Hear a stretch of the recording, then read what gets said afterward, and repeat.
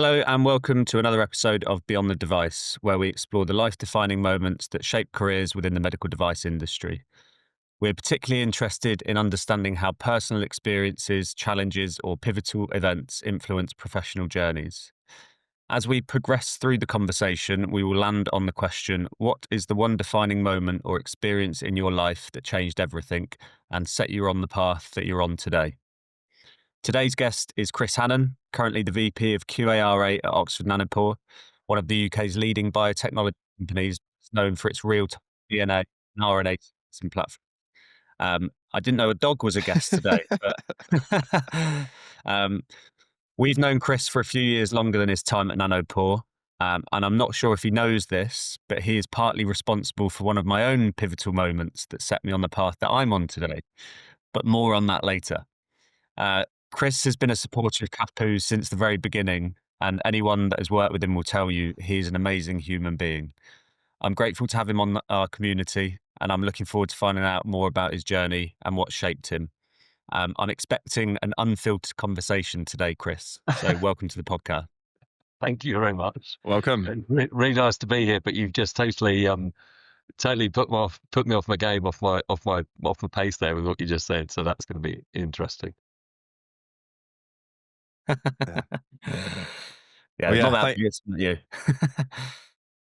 Well, yeah, thank you for joining us today, Chris. And as we always do, let's go back to the start, your earlier years and what shaped you growing up. Well, yeah. So early life wasn't a lot of fun, to be honest with you. Mum and dad split up. It was a very we did okay by comparison to lots of other people, but it was not the most sort of middle class sort of upbringing. My dad was a waiter when he started out. He became a hotel manager, but he started from very humble origins, and so did my mum. They split up.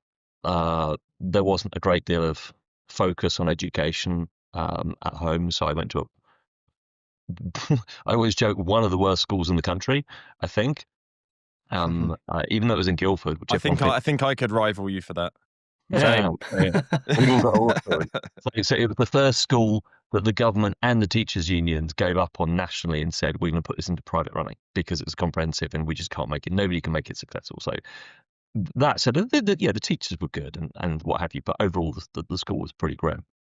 So I left school with a whole lot of nothing, or not nothing, but a whole lot of not very much, basically. And I think the only thing that I knew when I left school, the only thing that I actually knew that I was certain of, was I was pretty sure I didn't really know anything, basically, or nothing worth knowing. And because like home life hadn't been great, I was probably not the nicest individual. I think I was pretty obnoxious as a kid. So I left school, and because I knew that I didn't know anything, I knew that I had to go into a job that I didn't know anything about and learn and start from scratch. So I got a job in a local electronics company after my A-levels. So nobody in my family went to university. I didn't go to university, which I think, reflecting before this call, I think not going to university is like a formative.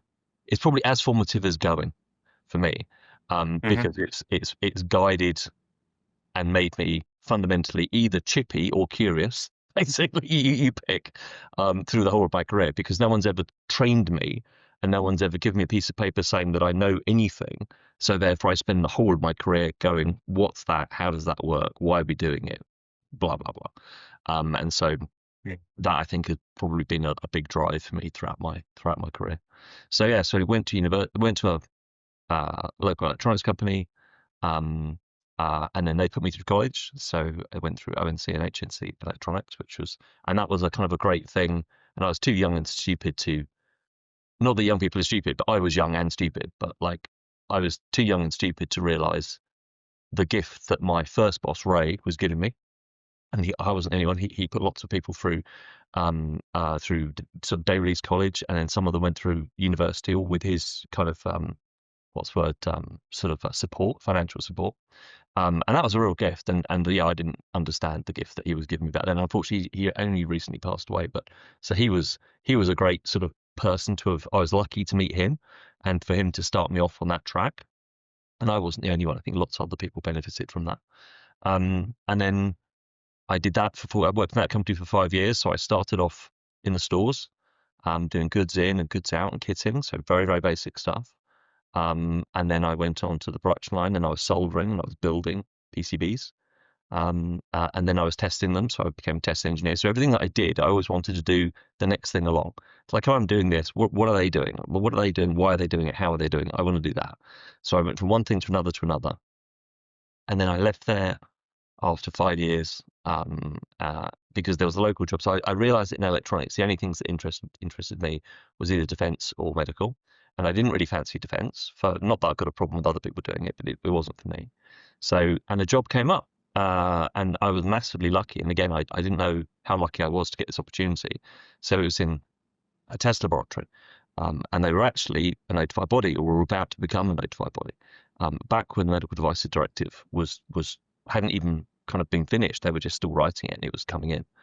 So I was testing to IEC 60601-1 and a whole bunch of Part 2s, and I was testing to IEC 61010, and I was working with the EMC guys.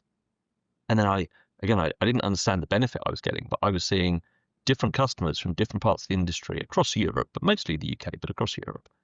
Every week, somebody would come in and there'd be a reg affairs manager or a senior engineer, and they'd come in with their prototype and they'd need it testing, or they'd need some service. So I was customer facing, and I was learning what they need. And again, I knew nothing about anything at this point.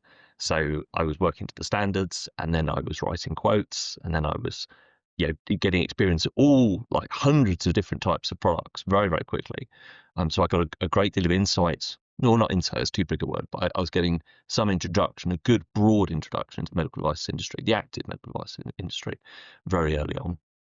And then I was lucky that my boss, so lots of luck in my career, lots and lots of luck.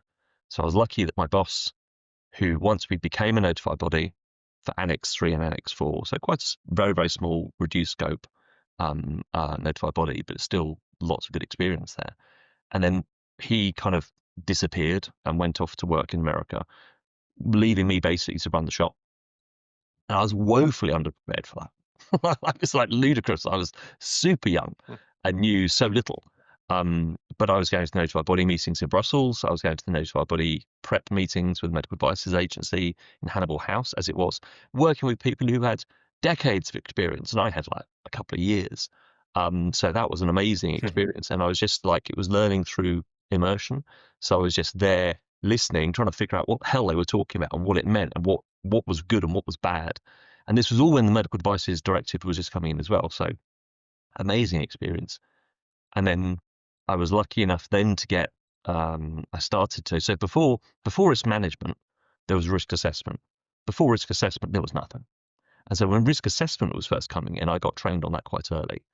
And then because I'd done that, I then got into risk assessment for software. So before IEC 62304 for software came along, it was really kind of breeding out of industrial standards. So I did that training super early before anybody else in the industry was largely talking about it.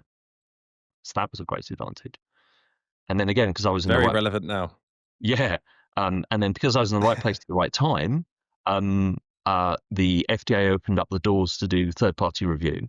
And so all of the notified bodies wanted that, basically. All the notified bodies wanted that work. So so I went off to the FDA, was trained how to do in what it's called, Rockville, in Maryland, and did the training course. So I could, at a very young age, I could say I was trained to review 510Ks by the FDA, which is quite a cool thing to say. And again, still crazy young at this point, still in my 20s. And then because I had all that experience, I was then touched up for a job at the startup, which was exactly what I wanted to do. So this was 1999.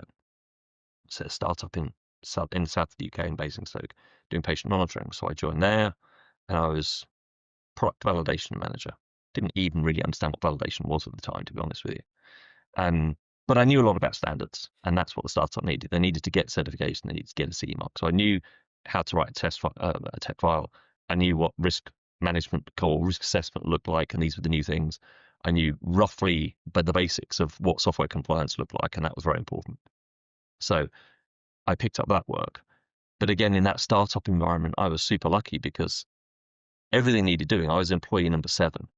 And I was probably one of 3 or 4 people technically doing anything on the development of the product. And again, I didn't really understand product development phases at that point. And I was introduced to what became a guru for me, a guy called Ian Cantrell. And he was a big UK guru for quality systems at the time. He's retired now. And so I learned a lot from him. And then everything that needed doing, because there were so few people, and because I had one of the few things I came out of school with was a fairly good grasp of English. I could write, I could type, I understood grammar, I didn't make mistakes, I could type quickly. So anything that needed writing, I ended up doing. We need a user manual, I'll do it. We need a training course material, I'll do it. We need whatever, and that became on. That became so after writing the risk management file and the tech file and all these other things that all needed doing, then it would over the years that spread out into we need to write a proposal for a development contract with a key partner or a customer. So like, okay, well, I can read and I can write, and sometimes I can add up, right? So like, I'll do that. So I started to get into commercial work as well. And so I had all of this. So the benefit of being a startup is if you seize the opportunities, which I did, well, I didn't seize them. I just kind of like went, yeah, okay, it needs doing, I'll do it. So I ended up getting all of this experience from going from a reg background into quality, and then from quality, obviously doing submissions along the way, and then from quality into wider business activities. So I ended up doing a lot of travel, particularly to the States, a lot of commercial support work, a lot of project work, learned how to do project management along the way, because we were proposing development contracts to the US military at the time. So I had to write the proposals, then write the contracts or sign the contracts, then project manage them through to execution, write the project reports. We did a lot of work with the European Space Agency as well. So there was all of this kind of activities that a quality and reg person would normally get to do. And then that enabled me to touch lots of other parts of the business, production, for example. So go beyond development and into production, and then into service and training and all these other sorts of things. So I ended up picking up all of these things because they needed doing, and I'd got my feet wet, so to say. So I ended up with this very wide experience. And so then I became, I can't remember all my job titles along the way, but I became Director of Operations and Compliance at one point. So I was running both all of the activities largely outside of development. The non-financial, not the back office ones. So nothing to do with sales and marketing, but all of the product delivery activities, as well as all the compliance activities as well. And that was great. And then I left there. I'd always wanted to emigrate.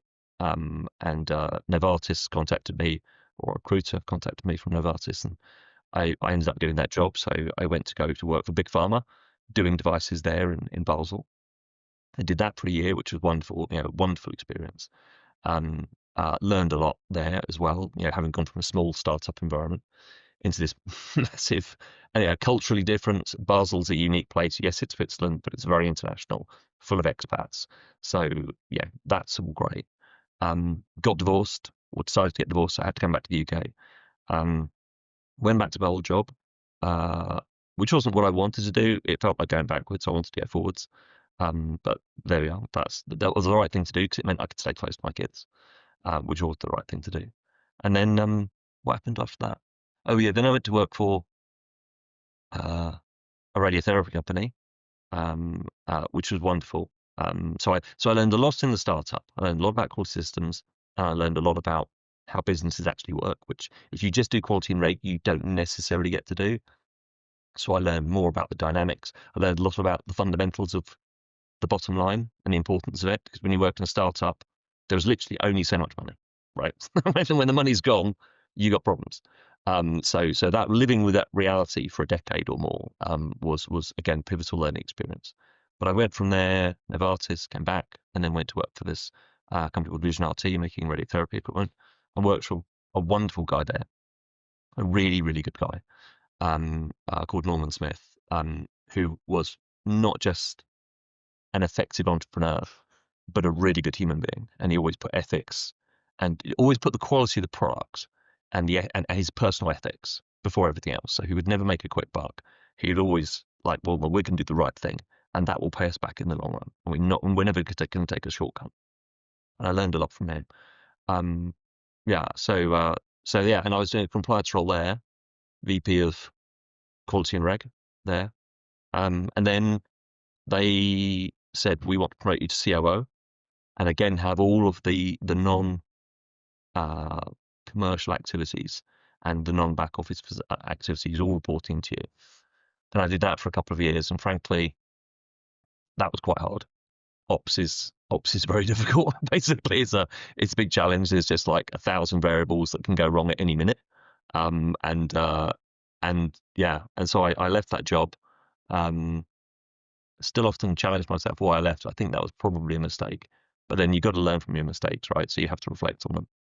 So I left that role and went to work for another startup as COO for a couple of years, and then left there and became VP of Quality and Reg at Nanopore, which I'm absolutely loving. And it's despite the fact it was my 54th birthday yesterday, which I had to check Google. It's like, surely it isn't. It's like, yes, it is. But I but working at Nanopore, I feel like I did back in my 30s when I was working for that startup. So it's a very strange time of life for me where I feel much younger than I should do, I think. So life is very good. So again, very lucky through all of my career, lots of wonderful opportunities. I've worked with some amazing people, traveled to some amazing places, got to make lots of mistakes and learn from them, which again I think I'm very fortunate with. And yeah, and here I am now, and I'm in a great environment where I'm surrounded by lots of people who are all amazing, but it turns out I can help all of them, which is great. So again, yeah, super lucky. All the way through my career, just seem to get lots of great lucky breaks and great opportunities, and be in the right place at the right time and be able to do great things.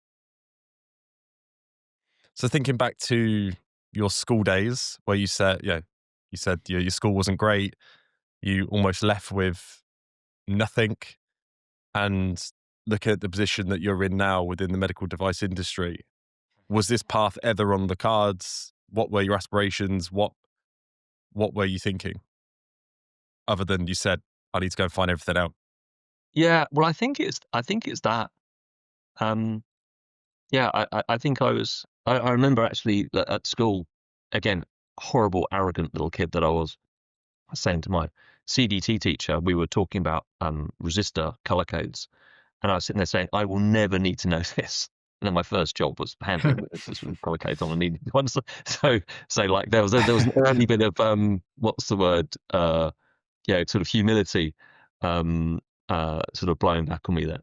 So I don't think I ever had a plan, only that I put myself in an environment where I knew nothing, and all the people around me seemed to know there was a lot going on. I knew nothing about it, and all the people around me knew what they were doing, and I didn't, and so I had to learn. And that's always been the case. So there's always been new challenges, and you see it in regulation, like there's like AI and machine learning sort of came into the groove, whatever, sort of like 7 or 8 years ago, and you got to learn basically. So there's always these new things that you have to learn, and so and because no one's ever given me a piece of paper that says that in any way I'm qualified to do anything, I am always having to ask and think and try to understand. And my boss Norman, who again was this like great human being, he nailed something for me once when he was interviewing me. And he asked me a technical question, and I gave him this, frankly, like really, really good answer. Wasn't I clever, sort of thing? And he just like cut straight through it in a lovely way. He's a beautiful, gentle guy, and he just cut through it. And he was like, "Well, yeah, okay, yeah, you're right. Yeah, ultimately, all quality stuff is just common sense." And that was like a bell going off in my head. I was like, "Oh my God, I've been in FDA inspections, and I've been on training courses, and I've even delivered a few kind of whatever seminars or whatever, and I've been on all these events, and nobody's ever said that, and it had this perfect ring of truth about it." And it's something I repeat, to people all the time, because I'm dealing with people who like haven't necessarily done quality stuff before, haven't necessarily worked in regulated environments before, and they're very worried about it and very kind of not necessarily in awe, but sort of slightly stressed about it. And I'm always saying, literally, I said it to a group of people yesterday, it's like, guys, this is common sense. Like, there's a lot of jargon, there's a lot of process, a lot of guidance, and it seems like there's all this knowledge that you're not aware of, and it can seem quite intimidating. But when you step right back, and then maybe take a step back further than that, and think about what you should be doing and why, it's actually common sense. Everything is common sense. Your supplier selection, your supplier management, your parts selection, your design process, everything is basically common sense to try to get you to a good outcome, basically. So yeah, lucky to work with some people who could reduce, I keep the standard 13485 on my desk. He reduced all of this down to literally what, three or four words. And I was like, oh yeah, that's it. But yeah, on that point then,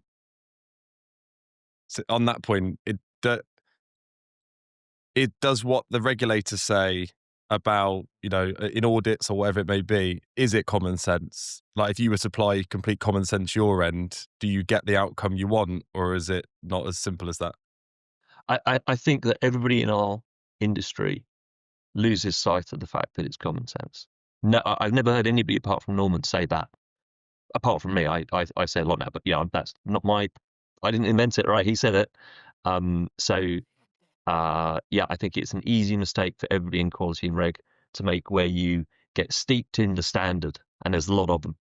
And then more than that, you then have this other dimension, which is, well, what did the auditor say last time, and that interaction I had with the bloke or the lady from the FDA, and what did they force me to do? And sometimes it's right, sometimes it's wrong, right? Like, auditors come in and they have a day or 5 or something to try and figure out what you're doing, and they make mistakes. They're humans, so they say stuff, and then every one of the mistakes that we can make in our profession is we can take that and kind of like etch it into our souls. Right. This is the way it has to be done. This is the way we did it at previous job X or Y. And I think that's true and it's valid, and we shouldn't lose sight of it, and we should never lose sight of the standard. But you should also be able to say, well, at any given time, why are we doing this? Always start with why. Why are we doing this? What are we actually doing? What are we actually trying to control? And is what we're doing achieving that? And is it achieving it optimally? And optimally can mean, like, there's a range there, right? So I think that people in our industry in quality and reg do have the mistake, and I have made it a ton of times, of being dogmatic. Oh, the FDA, and I did it for many years. I had a really bad interaction with the FDA on my second 510K, and then that made me kind of like do this ridiculous thing, because this guy forced me to do it, like the equivalent of every third Thursday we'd all stand on one leg and sing a song or something. It was like ridiculous what he made us do. So I kept doing it. And years later, I was like, why am I doing this? Like, why am I doing this? This is stupid. Why are we doing this? Oh, because that guy told me. Oh, yeah, he was just wrong. Yeah, he made a mistake. But we shouldn't let that dictate our lives. We should step back and say, well, what's actually important? My first FDA inspection was a great experience, because the guy sat there and he was thinking in a way that we hadn't thought. And he was like, well, if I was the patient at the end of your product in this environment where your product gets used, then I would think that this particular aspect, or I was the doctor, I would think that this particular aspect of the product would be quite important. This particular performance element would be quite important. So, okay. So I would expect you to have tested it. So where's your design requirement, and where's your test? And what did you say was good enough? And I was sitting there thinking, oh, crikey, well, I've got all of that, but I didn't think about it like that. It so happens I've got a spec, and it so happens I've got a test, and it so happens the performance is kind of okay. I didn't think about it like that. I just did it from, like, so you get this mistake. ESA, the European Space Agency, taught me this. You get this mistake that people make, which is tech push. You can make the tech a certain way, and you think it's really cool, and you're really proud of it. So that's what you push. But what you've got to consider is the user pull. What do they actually need? What's important to them? And do it that way. And everybody, and I see it through all my career, and I've done it too. You do the tech push thing because your tech is so cool, and you're so proud of it. But you've got to think, well, what do they actually need? There is a patient at the end of this. What's important to them? And am I always thinking about that? And I say to my team, not in this job, but in previous jobs too, we're the recall prevention department.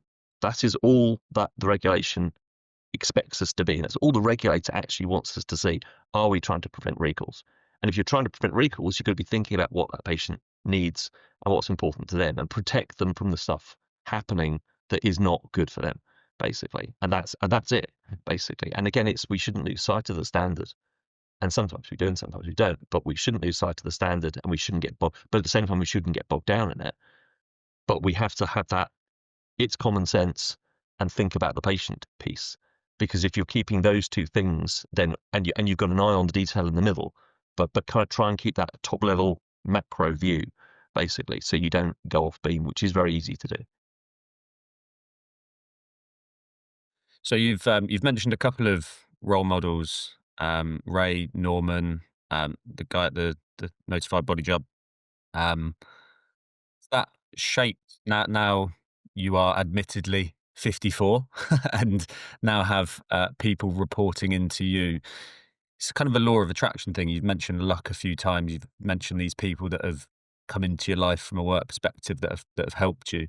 So has that shaped how you try to be for others? Oh, definitely.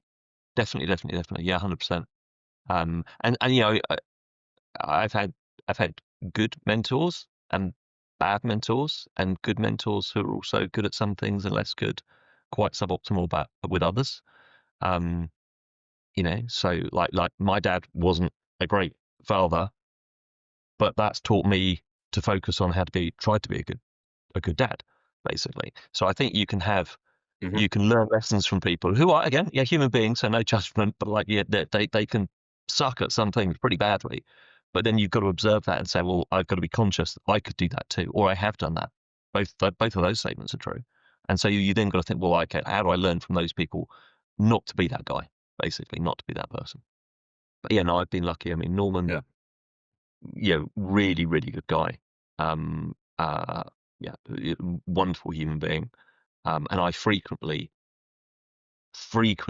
will consider about a problem and think, what would Norman do? And I think that's almost become reflexive for me now. It's like I try and think, what would Norman do? Because he was a decent human being, and he would, you know, never seek to trample on somebody. And that, I think, is important. And I didn't get that from previous mentors. I learned other things from previous mentors. I worked for the guy that ran the startup, a guy called Graham Murphy. I learned a lot from him. Not all of it good, but still lots and lots of good things. He was a very, very capable guy. And he gave me lots of opportunities, which I'm very grateful for. And I learned, I just had a succession of mentors. My first mentor was a guy called Norman Richardson, who was back in Intertech at the Notified Body, and he was the technical secretary, the committee that wrote the IEC 60601-1 standard. So like, I just learned a ton from him about standards and how they work, and he introduced me to loads of things. And then I worked with Ian, and he taught me a lot about quality systems. So I've had a lot of mentors, and I find myself saying things to people or explaining things to people, principles that I got from Ian 25 years ago. And I'm still reusing materials that he gave me, that he developed back in the 80s, I think. Sure, they've been developed and iterated, but they're still fundamentally based on the work that he gave me. So no, I've been really, really lucky to work with some of these people and learn, you know, like, but again, I think that with all these mentors, there's a time and a place to use what they gave you. So like, Graham was a very directive guy, very on it, great project manager, ran a business on a shoestring, was ultimately very successful. So sometimes, yesterday, for example, I was in a meeting, was kind of drifting. I said to colleagues, well, can we just put a date on this? Like, when are we going to get this done? And they're like, oh, yeah, okay, let's do that.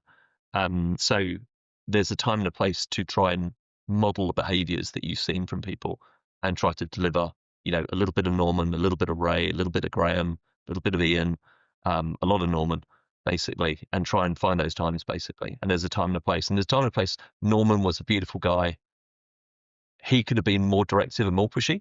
Like, he was towards the other end of the spectrum. I think that's one of the reasons why he rejected me, because I could be a bit more pushy with people. But there's a time and a place to be Norman and be really, really gentle with people.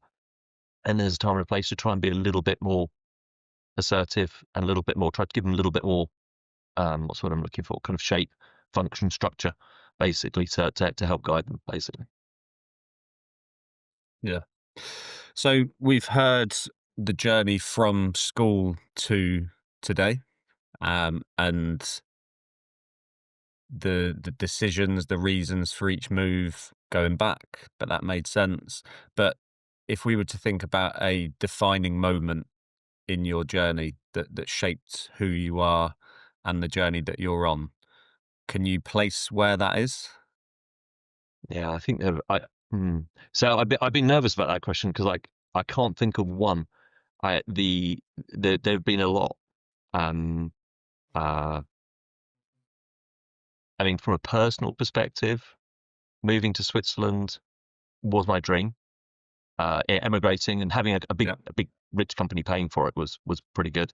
So that experience was amazing. I loved every single minute of being in Switzerland and working with those people. They were great. The defining so my good Lord, it's just coming to me now, actually. Wow, I don't know why I didn't think about this. So the There we defining go. moment for me, so yeah, this is a personal, the defining moment for me, realizing I had to leave Switzerland, realizing that I had to divorce and all of the risk and consequence, and leaving Switzerland, leaving this amazing job and coming back to the UK on a Friday night EasyJet flight with a suitcase which literally contained everything. Like at that point, I don't know, like 40 or something. And like everything I owned was in this suitcase, pretty much, not far off. That laptop bag you see back there, I had that and a laptop in it, and that was pretty much it, and a mobile phone. And I came back to the UK, picked up my car, so I had that too. I made the car had a few shirts in it, and then moved into a fairly greasy flat in this town that I'd never lived in before, but it was close to where my kids were going to be at school. And I literally had nothing. And I had worked all the way through my career from 18 up. I had been on this ladder, right? Like always looking up, never looking down. Like the point was, so decided that we needed to get divorced. And that obviously came with a lot of risk and worry. And that meant consequently I had to lose this amazing job that I'd wanted all this time. And I'd spent a year just getting started and it was fantastic. And then I had to get on the tram and then go to the EasyJet flight home on a Friday night with a suitcase. And that was pretty much all I owned. And got in my car when I got home and then moved into this very greasy flat and really actually had nothing. Like, well, the flat was, what's the word? It was furnished, right? So I had nothing. Everything was in the marital home. I didn't want the kids to have a sense of loss apart from me. I didn't want them to see like one of the sofas gone or something like that. So I was like, right, you keep everything. Plates, pictures, everything. You keep all of that. And as long as I can see the kids, that's fine. And yeah, and that was a freaky moment. Like, you know, you think that, you know, you've been on this ladder all this time from 18 upwards. You go from one job to another, always looking upwards. You know, you go from a squib that's just doing school, and you want to become a test engineer, and then you go from that to becoming a manager, and then you go from that to becoming more senior manager, and then a director, and blah blah blah blah blah. And then you then leave that job, and you come back to the UK, and you literally have nothing. All the things that you built up are gone. And that was a pretty pivotal moment. That was like jumping into you do like a tough mudder, you go into these like big baths of cold water. It was like that. It's like boom. Like, wow, everything's changed. And I think that was a pivotal moment for me, probably pretty humbling. I've just realised my other meeting's starting as well. Oh, We're back. So just for you personally and emotionally, as you said, you'd constantly been looking forward, but actually something personal had maybe needed to take priority, and your focus needed to be there. Yeah. So did that moment of reshift priorities, what was important, and then what had to drive decisions at that time? Yeah, totally. Yeah, no, so I wasn't doing the job that I wanted to do in a place I wanted to do, et cetera, et cetera. And I'd lost everything. So it kind of taught me that value in life, value in life is not measured by the stuff. You know, I have lots of lovely stuff now. I'm very lucky. I'm very fortunate. But I know that if I was to lose all of it, the things that matter are the people, right? This may sound a little bit woo-woo, but you know, my kids, my partner, my friends. I lost a really good friend a couple of years ago, and yeah, those are all the things that matter. What I learned from that experience was the stuff is not the important thing. Like what we leave behind, so work, the products that we make, the people that we help, the what we learn at work as individuals, what we learn as people, and how we behave are the important things. So that experience, and then working for Norman subsequently, I think I've probably changed human being. So I was a different person before that experience, and I think after that experience, I'm definitely like a much calmer person than I used to be. Like I'm much more positive. I was always stressed and focused. I didn't have time for people. Very, very focused. Needed to get things done, and I still have those characteristics now, but I'm much more, I think, moderate and shaped around actually that having lost everything, the people, holding on to the people as you go. And I haven't done that perfectly. I've still lost people along the way, but trying to hold on to the people as you go is actually really quite important. And I think about that a lot more than I used to. Yeah. And so if you are now Chris 2.0, maybe 3.0 or 4.0, whichever version you are now, when you're in that moment, you're on that plane, you've moved into that flat and you see your situation at that time, it's hard to make sense of it all. But like Nathan and I talk about this all the time, we're firm believers in everything happens for a reason. You might not understand it at that point, Yeah. but when you reflect back and you think about who you are now and who is in your life and what your values are, it's very difficult to say that you would have changed anything.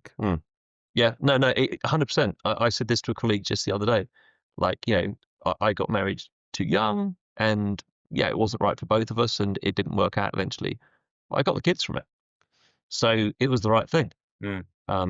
So yeah, no, I totally agree. And I also think a guy said to me years ago, this older gentleman, and he said to me, the harder you work, the luckier you get. So I think if you, with all these things, you work hard, you try your best, and then good things happen to you. And sometimes they don't. Sometimes you make mistakes. I've made mistakes, and I've got into jobs that were not the right fit for me, and I wasn't the right fit for them. But then you try and learn from it, basically. And I think with all these things, you try and move forward optimistically and positively, and accept the fact that even when things go wrong, those are the opportunities to learn, and try and do better as a result. And obviously during the period where you've come back from Switzerland, you're in a flat that it sounds like you're not happy with. You've just left the dream job and then going through a divorce. What was your support network at that time? Oh yeah, friends and colleagues. Yeah, at that point.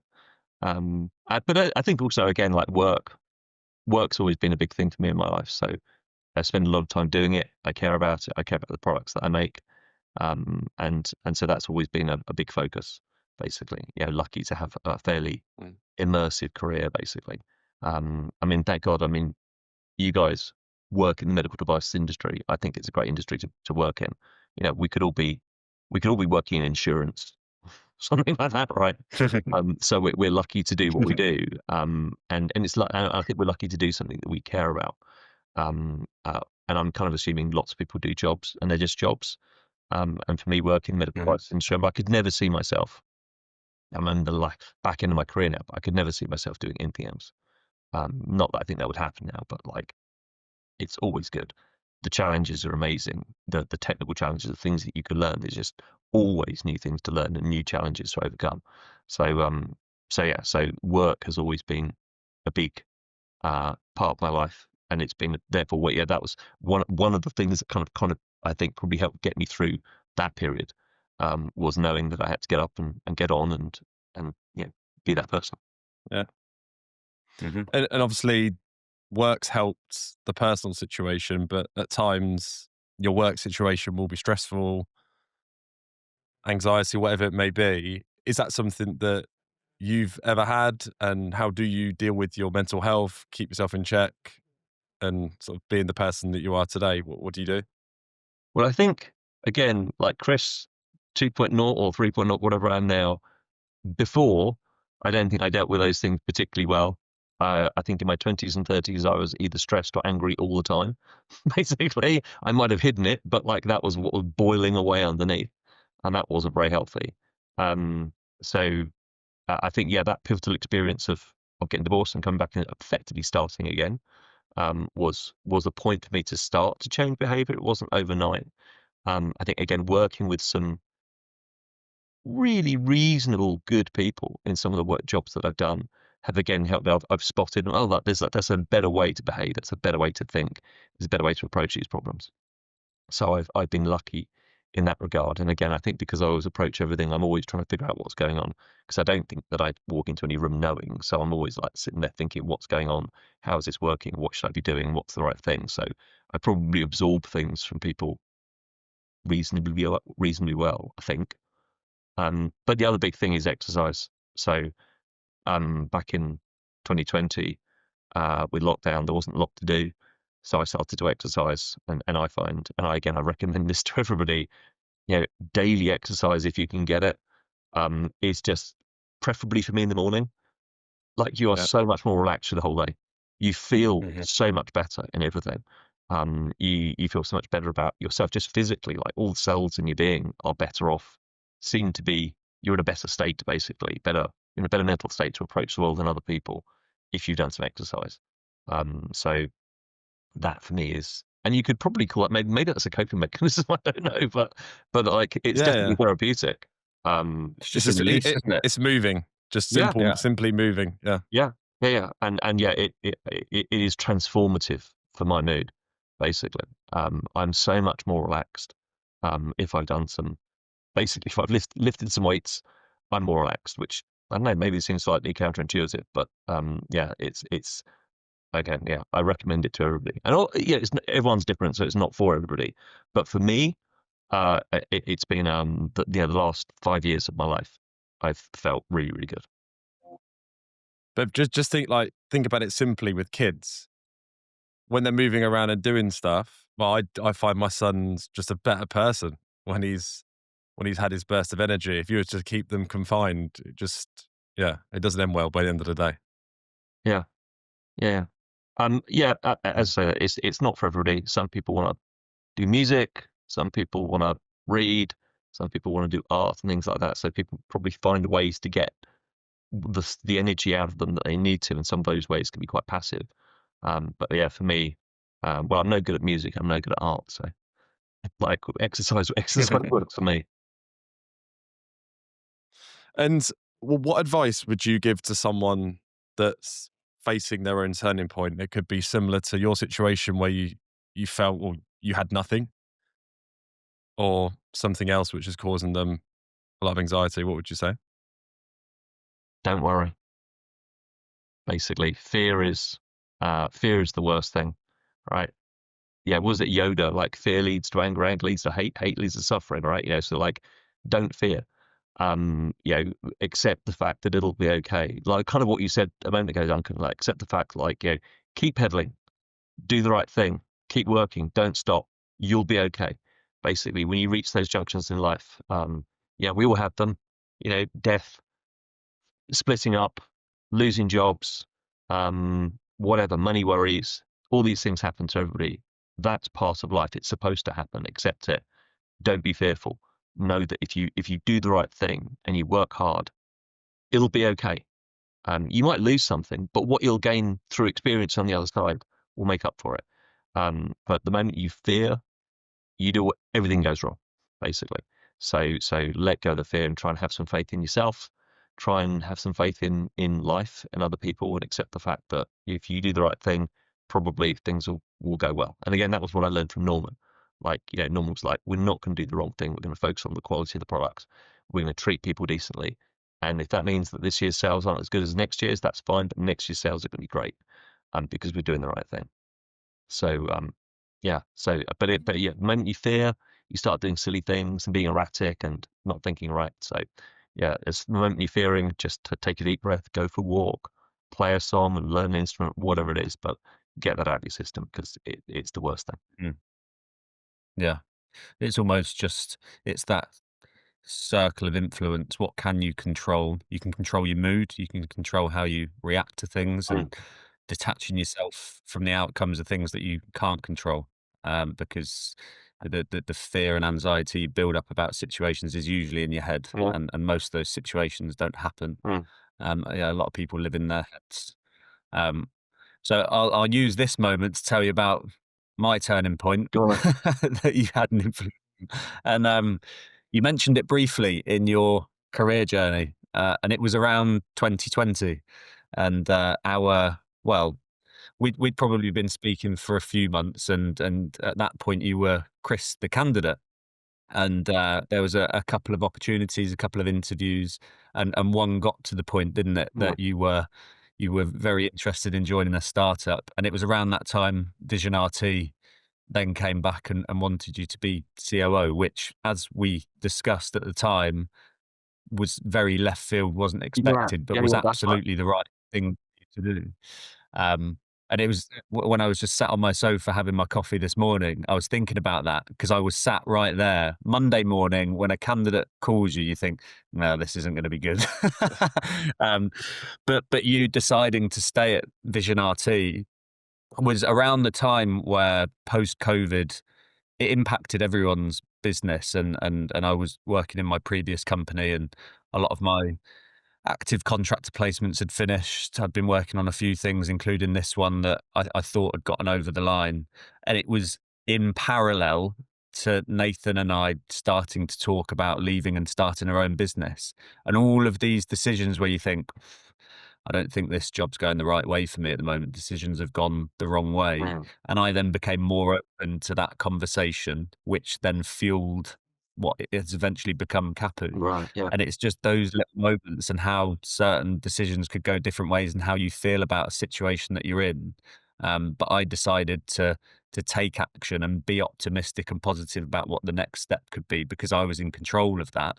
And lo and behold, by the end of the year, the notices had gone in and we'd started Capu. So you were a part of that. Although, yeah, no, I'd forgotten that, and now I'm feeling terribly guilty. Yeah, that wasn't a good conversation. Phoning up saying, "I'm really sorry." Yeah, that wasn't the high point. But yeah, as you say, it's interesting though, isn't it? Like what seems like a negative turn, I think, isn't necessarily that. Often it's an opportunity to learn. Doesn't feel like it at the time. These things can feel pretty rough. But like with enough time, you look back and go, actually, no, there's good stuff for that experience that I can take, and I'm better as a result. And so like where I am now, I mean, my God, I've got the lottery ticket. Like I'm just so happy with where I've ended up. But I made a mistake leaving Vision. Yeah, for all sorts of emotional reasons. I mean, I didn't think, frankly, I don't think I thought I was good enough to work for Norman in that role, because I just really idolized the guy. So yeah, I was always thinking I'm not doing well enough here, and it's just freaking me out. And then I went to the job after that, and that didn't work out. I wasn't the right person for them. They weren't the right people for me. So like, again, nobody's fault, right? But if I hadn't taken that job, I wouldn't be where I am now. And where I am now is amazing. Like, the product, the technology is fantastic. It's just like mind blowing. Yeah. So with all these things, you have to accept, I've made mistakes along the way. People have done to me, which perhaps wasn't great, but it all came out okay. And that's what I say about the fear thing. It's like, but I've got the benefit of experience. I didn't have that in my 20s and 30s. So my 20s and 30s, I was always worried, always nervous, always stressed. So I'm not saying that like there's not some sort of magic wand to wave here, but like it's easy to say with hindsight that I spent so much of my life worrying and stressing about things that I didn't need to worry and stress about. And now I had colleagues saying to me exactly as you say.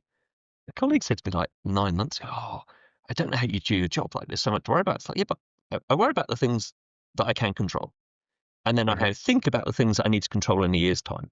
And that's the best that all of us can do. So I just don't worry about these other things. And a colleague said to me recently, I said I hadn't been sleeping. And she said, "Oh, you worried about work?" I was like, "Oh, I never worry about work. I stopped worrying about work some time ago, like a few years ago, because like, work will be fine. Because if we, like per Norman, if we do the right thing and we'll work hard, and we expect it to be hard, right? It's not going to be easy at work, right? We call it work, not fun, So we expect to work hard, but we do the right thing, and we try and be ethical about this, try and maintain an ethical framework with our product, with our customers, with each other, et cetera, et cetera. If we do that, that's the best we can do. It'll be fine, right? It won't be smooth. There'll be problems, there'll be setbacks, but it will be fine. And so, I just don't worry about very much anymore. Yeah. So where do you see yourself going from here then? You've had the 54th birthday yesterday. Maybe there was some reflection before you went to bed, but where do you see yourself going personally and professionally? Mm. Well, uh, hopefully staying in this job until retirement. Um, and that sounds really weird to say like that. Though that thinking only came into my head in the last couple of last 18 months. Was like Hmm. this is the job for until I retire, and I've never thought about retirement before. Um, so when retirement will be, who knows? And maybe they'll get sick of me, maybe not. Um, but yeah, so do this and frankly enjoy the ride.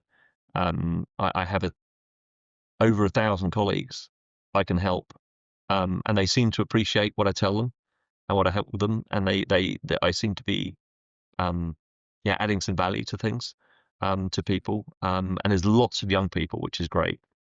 Lots and lots of young people. So I've become, yeah, the slightly grizzly old fart who's got lots of war stories to tell people. But it's great because, like, I mean, I think one of the things I do well is explain things fairly simply to people, which I think is really important. You know, that if you understand it, you should be able to explain it simply. So cut through all the jargon, cut through all the process, start with why, make it really simple. I spent a lot of my time with people explaining that. I was explaining good lab practice yesterday with a colleague. And I think I saw in the room some light bulbs going off for some people. Not for everybody, maybe, but for some of them. And oh, this is great. I came home and I literally on cloud nine. Like I've had a great day. And I'm lucky that I get a lot of great days. So yeah, long may it continue. And yeah, helping people and helping them make better products because they're very clever people. And helping them deliver those products to customers who need a regulated development environment, a manufacturing environment. And then consequently seeing what the customers are doing with the technology, which is just amazing. You know, it's a really great place to be. I'm so fortunate, just so fortunate, so lucky to be doing what I'm doing with the product that I'm doing it with the people that I'm doing it with. Yeah. Because yeah, like the technology itself, and this sounds terribly arrogant, but the technology could change the course of human history. It's amazing what it can Mhm. do. Um, so to be part of that is at the end of my career and hopefully add the most value to this thing. And I've added value to other products, and those products were great too. But I've been lucky to go from one product to another to another to another, and each product has been great. This is the best, and so Mm. very energizing. As I said on the top of the call, like I feel. Oh, not somebody else now. Um, Yeah. I feel lucky that I'm doing this thing, so I feel like I'm in my 30s again, which is super. Yeah, amazing. And before Nathan wraps up the conversation, I was just sat there looking at both of you, knowing what I've got coming next year with our first baby due, Yeah, and look at both of you and the way you talk about parenthood and again how it's shaped you. But Chris, some of the comments you've made around it is the best investment you can yeah, make. yeah, yeah. Just yeah, the lessons that I've already taken from conversations with both of you about what I've got coming. I'm grateful to have people like you in my life to learn from. I know it's going to be hard. I don't think they call parenting work, but it's definitely the fun element of it at times as well. But yeah, I know I've got all of that to come. So yeah, just very grateful for you, really. Well, thank you. I appreciate you guys as well. So let me just tell you what my eldest daughter at the age of 23 said this week. I was mucking around at home, and my partner sent my daughter a text message, and I won't say what I was doing, but I was being a horse's ass. And she said my daughter sent a text back, and she said, "I'm looking forward to Dad's 12th birthday." I thought was pretty much summed it up. So yeah, so you're going to have a great time, and I'm so looking forward to hearing all about it. And you know, both of you, I think, are good fathers, which you know, the world does not celebrate good men and good fathers enough. And there's a lot of people that aren't good men or good fathers. But yeah, if you can be a good father, then I think you have reached the apex of what you should be as a human being, basically, in your sex. It is Agreed. the biggest responsibility, and oh my god, it's the most rewarding thing to be. So yeah, I'm very happy to know both of you and to sort of see your journey, and to see that frankly, you're doing a good job of it, which so many people don't. So yeah, I applaud that and I respect it, and yeah, it's just really rewarding to see it. Thank you. Well, I was going to ask, summarize a key lesson, but I think, yeah, investing in your kids, regardless of what goes on in your work, in your relationships, I think that's a pretty powerful one to leave it on. So, Yeah, and don't yeah. beat yourself up when you do it wrong, because you will, right? We're all human, we make mistakes. So when you make mistakes, don't beat yourself up. I was talking to a colleague about this the other day, and he was beating himself up about something about the way he parented in the past. I was like, mate, you are a 10 out of 10 father right now. You are doing all the right things, and you have been for the last 18 months since I've known you. So like, don't beat yourself up about that. Like, we all have our off days. You're doing the right thing. You're prioritizing them. So you're a great dad. And that's the best thing. Like, his daughter will grow up secure, loved, and a good human being as a result of his input, basically. So yeah, what's not to like? Well, a big thanks for joining us today, sharing your personal story, how that's impacted your career. I liked your comment around not fearing, because it's 100% true. Every single moment where you're fearing something, it's never as bad as it is 6 months down the line. Someone said to us on the podcast, if your problem is not going to be here in 5 years, you could probably shorten that. Then don't worry about it today. Yeah. I listened to a podcast, and this guy has got this great expression. How does it go? It's never as bad as you think, and it's never as good as you hope, basically. Yeah.